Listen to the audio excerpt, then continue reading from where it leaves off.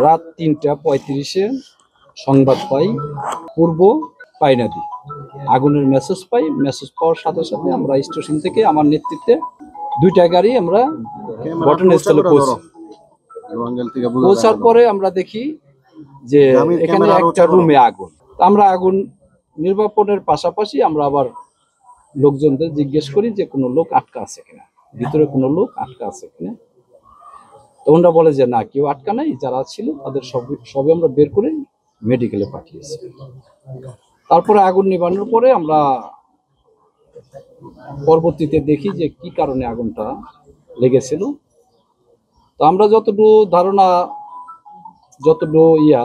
ধারণা মতে ওই ফ্রিজটা ছিল সরাসরি কানেকশন, বিদ্যুতের সরাসরি লাইন দেওয়া ছিল, ওই ফ্রিজটাই ভিতরে আগুনটা ছিল, আর কোনো জায়গায় আগুনটা ছড়ানো, ওই একটা জায়গায় ছিল। আমরা আগুনটা নির্বাপন করি। পরে দেখি ওখানে কোনো গ্যাসের কোনো আলামত নাই।